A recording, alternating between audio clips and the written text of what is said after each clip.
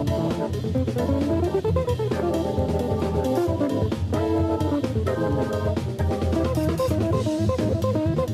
everybody, it's Mike Jeffers, ChicagoJazz.com, Chicago Jazz Magazine, and welcome to Talkin' Jazz 2019. We are back at Johnny O's. First one of the year, and I am so happy that we have. Finally, we're bringing him out from behind the reviews, and this is Hrayr.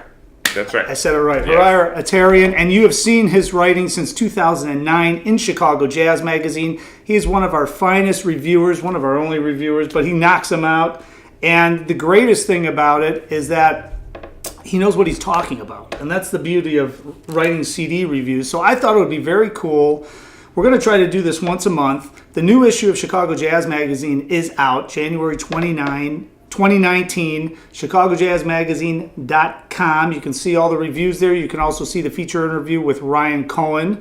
But Hrayr, I wanted you to stop in, and I thought maybe we could talk a little bit about your background, talk about how you got into jazz, and then let's preview and we can talk about the CDs that you reviewed. I thought that would be pretty cool just to kind of kick this thing off, and hopefully on a monthly basis we'll be able to knock this out. Absolutely. And give everybody a taste of what you can read about, but also hopefully you get a sense of who these musicians are, why he likes the recording, and you go out and actually purchase them so that jazz musicians can make money too. That's the beauty of it, isn't it? Because what's the point of recording something if nobody hears it? Exactly. All right, so let's get down to the basics. Yeah. How did you get into jazz? Because why don't we talk about what you do as a gig right now? So my day job, I'm a neurologist, and I subspecialize in sleep medicine. So I run the sleep center at Northwestern Memorial Hospital. I got into jazz very young. My dad, who was a architectural draftsman slash construction foreman, was very into jazz. And where'd you grow up? I grew up in Beirut, Lebanon. Oh, wow. And he was into jazz? He was into jazz. Jazz is very big in Beirut, Lebanon, even during the war. Jazz. Really? Yes. The civil war that lasted from 75 to 90. We had, at least the tail end of it when I was in college, in med school, we had a jazz club called the Blue Note. Really? Just across the street from the college campus. And called the Blue Note? The Blue Note. They didn't sue him, apparently. No, they didn't. And it still exists. And after the war ended, when I came to the U.S., when I occasionally would visit, I saw that they've hosted big names like the pianist Andrew Hill and stuff who had gone through. Yeah. So who was playing there during that time? Amateurs, local guys. There was this big group, big band called Jazzgate that used to do this hour-and-a-half show, the history of jazz. They would start playing some ragtime piano and then go to and then talk New about Orleans it a little and bit. talk about a little bit. Yeah. Wow. So it was run by this guy who comes from a family of famous musicians in Lebanon. They have composers, pianists, singers, etc. So he was from that stock. So he used to have this big show, and they go all the way to fusion. That's amazing. And they it's would amazing. They always would end with Chick Corea, Spain. Well, you have to. Yeah. You got to throw all your chops down at that point. That's amazing. I mean, is there a radio station back then? There was a radio station. There was a radio station that used to play a lot of jazz. This was when I was in high school, like in the early 80s. That's where I first heard a great album called Three Windows by Modern Jazz Quartet. But yeah, I mean, and my dad had friends who were into jazz, and we couldn't afford a record player back then. So he had a reel-to-reel. Wow, really? Yeah, and my dad's friend, who was a little better off, he had a record player and a whole setup at home, and my dad would take him albums occasionally, and he would make reel-to-reel tapes, and then from there into cassettes, and that's how I got into listening to the cassettes. And early on, I was 10 or 11. Yeah. And then I used to talk, I was so excited about it, and through middle school I used to talk about it so much that decades later I ran into some woman who back home is a school principal now. And she's the younger cousin of a classmate of mine from medical school. And she said that back then they used to refer to me behind my back as Mr. Jazz. I used to talk about jazz so much to the kids. Now we know what we're going to put on your column now, Yeah. Mr. Jazz. Yeah. It's mind-boggling to me because obviously the only the things we would see on TV about Beirut would be like just bombed out buildings and everything, and you just assume that nothing like culturally things No, would it happen was, there. yeah, we used to go, I remember this night very specifically. It was in the it was 1989. It was, I was it was first year med school, early 89, spring of 89. We went to the Blue Note. We had a friend of ours who was a few years ahead of us in med school, was playing saxophone with a group. And then we went down the street to this place called Flying High. And it was a very appropriate name because it was filled with pot smoke. They were flying high. You would get in there. And they would play after hours, like after 10, 11, they used to play hip hop. So used to play Public Enemy and etc. Oh yeah, yep. And then around midnight, the guy says, "Oh, all drinks on me," and ups the volume, and we didn't understand why. And then when it closed at 2 a.m. and went out, the whole street was littered with shell fragments and broken glass from windows. He did that to keep people in so that they won't hear the shell bombing and leave. Wow. And it didn't hit the place. Didn't hit the place. It was a sort of underground. Oh, okay. Yeah, so you had to go maybe half a flight of stairs down. Yeah. Wow, that's amazing. Yeah. You could probably have a million stories about that whole situation. And you were actually going to med school in Beirut during that time, during the war. Yes, so the med school... Could you even leave? I mean, if you wanted to go somewhere else, you probably couldn't get out of the country. You couldn't get out of the country because to get a visa at the time would take you 2-3 months just for any Western country to consider your paper. Right, and they wouldn't believe that you're coming to med school. They're just figuring you're just bailing out to get out of there, which you should, I mean, for good reason. Besides, med schools were expensive, and I got a scholarship, and the scholarship was designed to create more physicians for the country, and they didn't pay for medical schools outside of the country, so you had to go, stay in. Oh, so it's a good deal. Yeah, it's a good deal. And then afterwards, this organization trained so many, they started saying, "Oh, you don't have to come back. Just make a donation or something." So I made because originally you were going to have to stay and work in country for a certain amount of time, right? But now the boom is such that there's so many doctors in Lebanon, it's per amazing. capita, yeah. Wow, man. All right, so how did you end up coming to the States? So I came to the States to train, and our curriculum in the medical school and the college came all from State University of New York. We were an affiliate to State University of New York. The school I went to, both college and med school, was founded by Presbyterian missionaries from Vermont. Oh. It was known as the Protestant College initially, and then it became the American University. Okay. So we had affiliations. So I came to State University of New York in Syracuse to train. I did 4 years of basic residency, and then I did 2 years of research fellowship in Rochester, New York, and then I did for a year to do more advanced training in Minneapolis.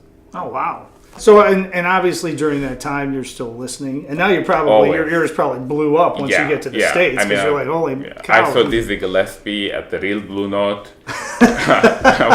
Did you walk in and say, "This isn't the Blue Note, man"?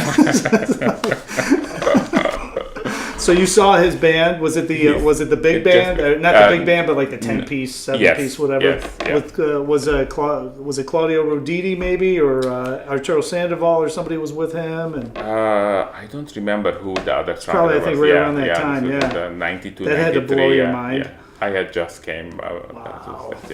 Yeah, man. So I continued to listen. I'm self-taught, both writing and music. I've read books about music theory and You stuff. play it all? I used to play a little bit of piano, but it takes a lot of work to be good. I mean, so I gave it up. And my whole family, my dad, after hours, was a self-taught film critic. His older brother worked for the railroad, and he was a political columnist. Oh, so there's always this writing. journalism. Yes. And their oldest brother was a novelist. Oh, wow. He worked for an translator at an embassy during the French embassy during the day and after hours. So we all have this writing bug, and Probably a little bit too because of your work.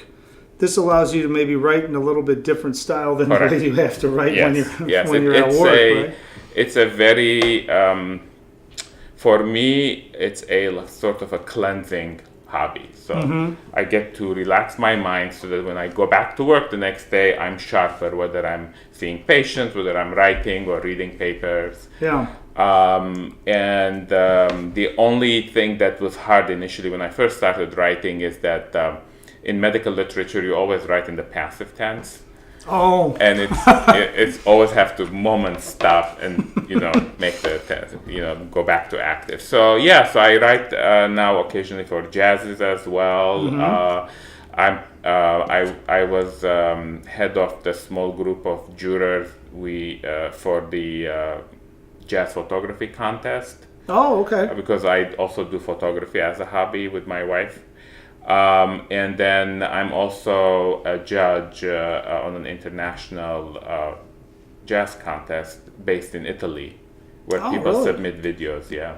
Oh, so they submit videos and then, of their performance, and then you and a group of people there's look at it. And 40, I think there's 30 or 40 judges. I'm the only one from the U.S. wow. And then they pair us, and they give us entries to review that are not from our countries. Okay. Yeah, and then so there's no bias. Yeah, no bias, and then everybody sees the finalist list, and then we rank the finalists. Yeah, it's pretty cool. It's been 3 years I've been doing it. So between everything, I think it gives me a it's a hobby that keeps my mind active. It's not like passive, watching TV or something. Right. Well, I was going to say, with everything you're doing, you don't have time to watch TV. Yeah. Do you get out and see shows? Because I know every once do. in a while you tell me where you're going or whatever. The last show I saw was great, although I made it late and it was packed. It was a Sunday. It was a Sunday night. I saw Joe McPhee. Okay. With Dave Rampus and Tomika Reed. Where at? It was at the Hungry Brain. Oh, okay. They have some good programming. Yeah, man. They're one of those venues. There's a couple of them in town for those of you that are only used to like the Green Mill Jazz Showcase, Andes, Winters, which are all dynamite clubs. Definitely. But Hungry Brain, I mean, I remember playing in a poetry band. That's not too far from where you live, actually. Now I'm thinking about it. But I used to play in a poetry band at the Hungry Brain. And then it closed and then it reopened. And now they really do this improvisational music again. I think they were a club at one point. But it's dynamite. And they have Tuesday nights. They have the fellowship night. So there's, I got to do a plug for Erwin Helfer's there on solo piano for an hour and a half. And then Greg Ward, when he's in town, he runs a jam session there. That's every Tuesday. But they have a lot of great programming. So how'd you like the Hungry Brain? I like it. The first time I went to the Hungry Brain was many years ago. I saw John, I don't know how his last name is pronounced, but Tachai. He is a part Dutch, part African American. Okay. Saxophonist. Yeah. He's very avant-garde, and he used to be in a group called he passed away now, in a group called the New York Art Ensemble or something like that. Okay. It was avant-garde quartet. And you like all types of music, and that's one of the great things about when you're doing reviews for the magazine is that I know I can send you, straight ahead stuff. I can send you a big band thing, but I can also send you some, kind of improvisational avant-garde stuff, and you'll understand what's happening with it. Because a lot of people, if it's not in their wheelhouse, they don't understand the ins and outs of what's actually happening. They just think that it sounds kind of crazy, and then they don't like it, So that's why I love being able to send stuff to you. And it seems to me like in Chicago, and you can probably tell me what you think, it seems to me like Chicago is like a hub now of this free improvisational music, and it keeps getting better over the years. Because I can remember 20 years ago, 20 years ago, when I first started ChicagoJazz.com, which was in 2000, so 18 years ago, 19 years ago now, I would get CDs in for review, and between then and now, the majority of them are much better when it gets into that side of playing. Absolutely. What drew you to that kind of music? Why are you? Because I'm assuming that when you were in Beirut and all that stuff was kind of straight ahead stuff. It was straight ahead, yes. Yeah, they did some fusion with local folk melodies and stuff, but mainly straight ahead. Over time, I just got drawn to it. The first time I remember John Coltrane when I went. I was just after I finished, before I came to the U.S. I had put aside some money from my college job that I went to France and visited my father's friend who used to do his reel-to-reels. Oh, okay. And I was telling how my father loved John Coltrane's Ole, and he said, if you liked Ole, I'm going to have you hear something that's and he played for me the later Coltrane, like the major works, kind of avant-garde, and that sort of got me interested. And then from then I started discovering, Albert Ayler and the Art Ensemble of Chicago and all those. Rosco Mitchell and getting all that Ornette a little bit and stuff like that. So that's amazing. So you're in Chicago. You're writing for Chicago Jazz Magazine, all about jazz. Before we get into talking about the CD reviews, let's talk about a couple of clubs that you like. Because I always talk about the clubs I always go to and frequent and stuff. But I know you go to some different clubs on a more regular basis than I do. So what are like 3-4 of your favorite spots? My absolute favorite is Constellation. Yeah, I used to love the Velvet Lounge. And I was heartbroken when it became a sports bar.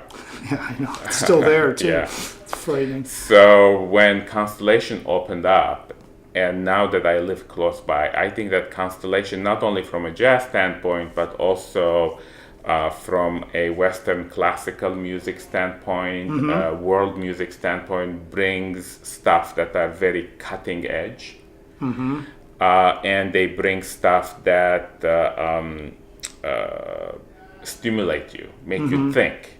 It's enjoyable to stay in the familiar. It's nice and cozy, but it's always important in my opinion, for music and art in general to be provocative. Keep pushing. Yeah.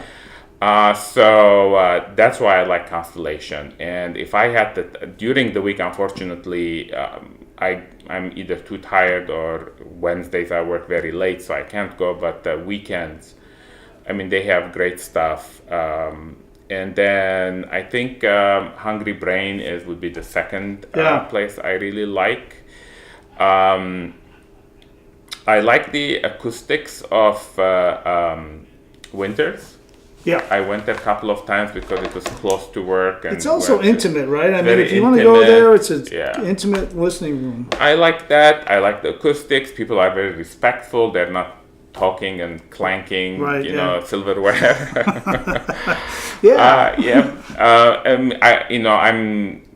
I go there occasionally. It's not my music is a little bit out of my preference. More. Right. But it's great music. We last time I took a few friends to see Sarah Marie Young, who I think is an amazing vocalist. Dynamite, So that was great. The Jazz Showcase always brings great people. I've heard a lot about the clubs that are up north in Evanston and the one that had the brass rail or P. Millers or whatever. Yeah. Yep. But I've never been to those. Okay. But definitely, I would say Constellation is like top number one for me. Well, and you know, Constellation, I mean, when they first started out, they were offering, well, who they could get in there, basically, because they were a new club. Now, I mean, there's you know, I'm shocked sometimes at the size of the groups that they're getting in there, rather than those groups going to other clubs, they're going to Constellation now. So. Yeah. And they do have, for people who like more mainstream, they do have big mainstream names. I saw Albert Tutti Heat there. Yep. I saw Christian McBride there. Yep. Yeah, no, I mean, they've got a great mix of everything, you know. All right, should we delve into these CDs? All right, so these CDs are the ones that you reviewed for January 2019. I have to keep saying January 2019. I cannot believe it's January 2019. This is a re-release, Rosco Mitchell Sound, right? Out on Delmark Records. Yes. I think that Rosco Mitchell Sound is one of the top 10 best jazz albums and probably even top 10 20th century music albums. Wow, okay. It's a groundbreaking record. It brought a different feel to the what got known as the free jazz or avant-garde, like whatever Ornette Coleman or John Coltrane or Albert Ayler were doing. This brought a uniquely Chicago feel to it. And historically, it's the first time that the members of the Association for Advancement of Creative Musicians got actually recorded. Oh, okay. Yeah. Okay. And the pieces, the thing that makes it unique is that there is a sort of more introspective, contemplative touch to the longer pieces. There's more space utilization rather than that fiery improvisations that you would hear with Ayler or Coltrane, etc. And the other unique thing is that it's one of the first times that small instruments like little bells and harmonicas and etc. were used, which became a hallmark of the art ensemble of Chicago. Right, right. So if somebody wanted to get their feet wet in this type of music, would you say that would be a good starting point? Definitely. All right, so Rosco Mitchell Sound, and that's a re-release that's out on Delmark Records.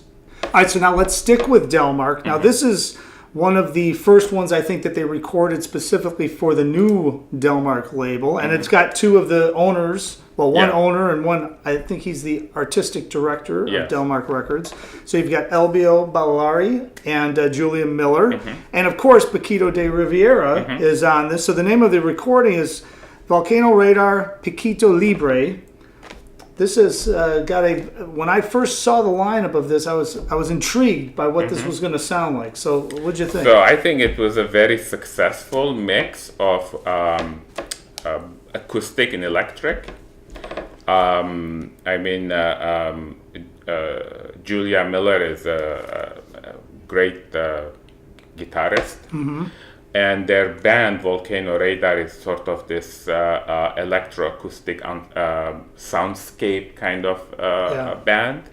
And I think that Paquito's very warm and sort of bittersweet clarinet fits very well within that atmosphere.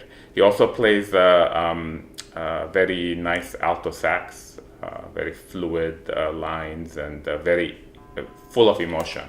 It's kind of interesting with the combination, because when you get into the electric portion of it, and then Paquito's obviously acoustic, but it works. It works very well. Yeah, it works very well. It doesn't feel like a pastiche of things. It really feels integrated whole. Yeah, it's very, very enjoyable and sort of something that you can always replay and rediscover in new layers. You can keep hearing new things in that. Yeah, that's kind of what I felt when I was listening to that too. Okay, so that's Volcano Radar and Paquito de Rivera, Paquito Libre on Delmark Records. All right, so the next one up, we're going to stick with Delmark. This is like the Delmark Records review magazine here. We caught up on everything. So this is another new one out on Delmark Records, 2019. Fareed Haq, who we just had on the last issue of Chicago Jazz Magazine, teams up with the Kaya String Quartet. Literally, this is the name of the recording. It's called Fareed Haq and Kaya String Quartet, New Latin American Music for Guitar and String Quartet. That's exactly what it is. Yeah, so the names of it all. The unusual thing about it is that I don't recall Delmark ever regularly producing classical music. No. This is one of the few times. There's always blues and jazz. Yeah, blues and jazz. All throughout the years, So it's mainly Latin American composers, Mexican, Argentinian, Cuban, and Uruguayan, and they are pieces that have Latin folk motifs mixed in. Kaya specializes in Latin classical music, and Fareed Haq, he does everything. I mean, he has dual heritage, South American, South Asian. He brings those together. He's classically trained. So it's a very beautiful, haunting music, and the pieces stand easily at the same level as some European folk classical like Dvorak and etc. Oh, okay, that's a good comparison. Yeah, that's a good comparison. So you think that, to me, I just briefly listened to it. You delved into it, but to me, I heard it was kind of a combination of that classical, but it was still modern. It was. It was more. Yes, definitely, it was modern. But it wasn't modern in the terms that people might think of 20th century or modern classical being atonal or dissonant. It was more modern Latin folk motifs mixed in the classical. So you think it worked, and maybe there should be a volume 2? There should be. Yes. All right, last one up. We've got Lucas Gillian, and this one's out on Giroux Jazz, and it's a Joe Palacastro, the great bass player here in Chicago. That's his record label, so congratulations, guys. This is quite a recording. So the name of Lucas's band is Many Blessings, and the name of the recording is Chit Chatting with Herbie. It's a tribute to Herbie Nichols, his 100th birthday. Yes. So it's a reimagination from reading the liner notes of his music. So did they reimagine it in a good way? They did. So actually Herbie's birthday is today. Oh, it's today. It's January 4th when we're recording this. Okay. And Herbie was, as all jazz fans know, was criminally under-recognized and died before he got his due. His style was a little left of Thelonious Monk. And this album is a reimagining of his first recorded album, which is known as Herbie Nichols Trio on Blue Note. Okay. So they did all the tracks, and the intriguing and unusual thing about it that really works well is that they didn't have a pianist. Right. It's a pianoless quartet, which I think works well because whenever you have a pianist reinterpreting another pianist, there's going to be the comparison. Right. So I think that was a clever way. It could have turned into like a cover band or something rather than that. So that's when I heard a couple of tracks off of this, but when I was reading the liner notes, I was like, there's no piano player, but it probably makes it even better because there isn't a piano player, right? So this is like the true reimagination of what it was. And they did their own. I mean, they did not play note. I know there are famous albums out there that have been reproduced note by note. This is not that. They did not reproduce the album note by note. They took the tracks, they took his compositions from that particular album, and they replayed it, improvised on it themselves. And the group works very well together. I mean, they basically finish each other's phrases. So they must have been playing for a long time together, right? And they do justice to Nichols's genius and his music, and they also do justice to themselves because it's their own unique voice you hear.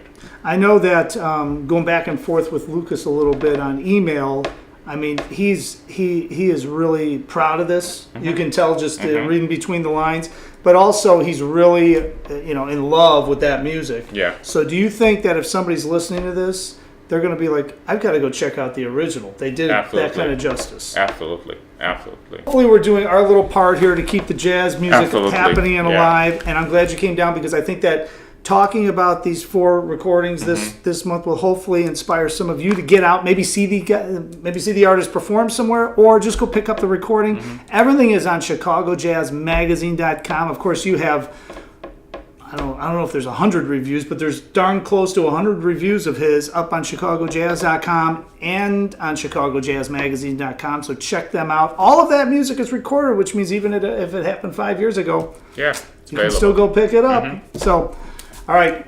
Thank you. Hrayr, I appreciate you coming down. And of Thanks course, for inviting me. as I always end my shows here, hopefully you guys enjoyed what you heard. Hopefully you'll go check out some music. Hopefully he or I will see you somewhere. But if we don't, hopefully we will see you somewhere out on the scene.